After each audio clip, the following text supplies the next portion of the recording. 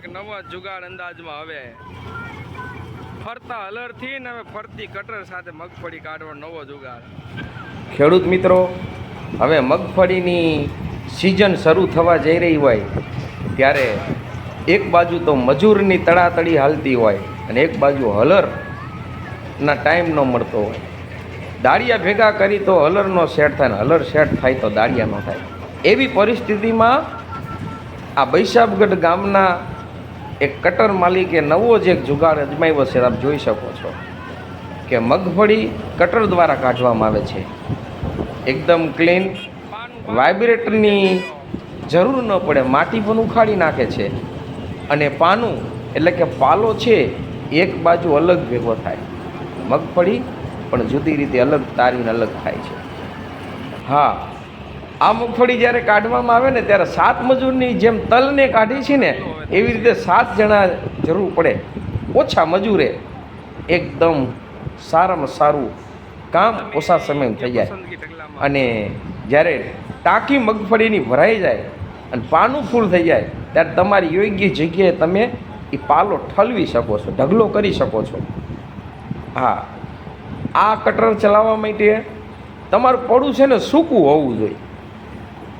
થોડુંક 60% હોય ત્યાં સુધી ચાલે, પણ હાવ ભેજવાળું હોય તો ન ચાલે, કારણ કે તો ટોળાઈ જાય. આપ ખેડૂત છો તો આપ જાણો છો કેવી પરિસ્થિતિમાં આ ચલાવી શકાય. પરંતુ ઓછા સમયમાં 1 વીઘાના 2000 રૂપિયા લેખે આ કટરવાળા ભાઈ સાહેબ છે એ આપણા ખેતરમાં આવીને મગફળી કાઢી જાય. મજૂર આપણા 1 વીઘાના 2000 રૂપિયા, કોઈ ટાઈમ નહીં, કોઈ ટાઈમ લિમિટ નહીં. અને મગફળી ઓછા સમયમાં એકદમ સરળતાથી સ્પીડ સાથે આપણી યોગ્ય જગ્યાએ ઢગલો ખળામાં પણ થઈ જાય. ઉપર મેઘ મંડાણો હોય એવા સમયે કેવું તો કહી શકાય કે 1 કલાકમાં 1 વીઘો તો આસાનીથી કાઢી નાખે, પણ માણસો ઓછા. ઢગલો જ્યારે લારામાં કરવામાં આવે છે તો આપ જોઈ શકો છો પતરું ગોઠવી અને સીધી જ ધાર. હા, થોડીક માટીનો ભાગ હોય ને ધાર કરવી પડે, પણ થોડુંક માટી બહુ ઓછી આવે.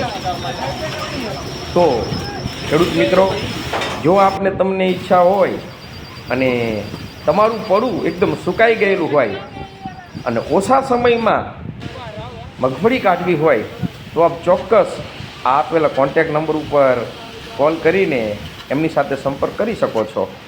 કારણ કે મેં કટર રૂબરૂપ જોઈ, મને બહુ ગમ્યું. તો આપ સર્વે ખેડૂતોને હું રામજી સોનગરા, જય જવાન જય કિસાન.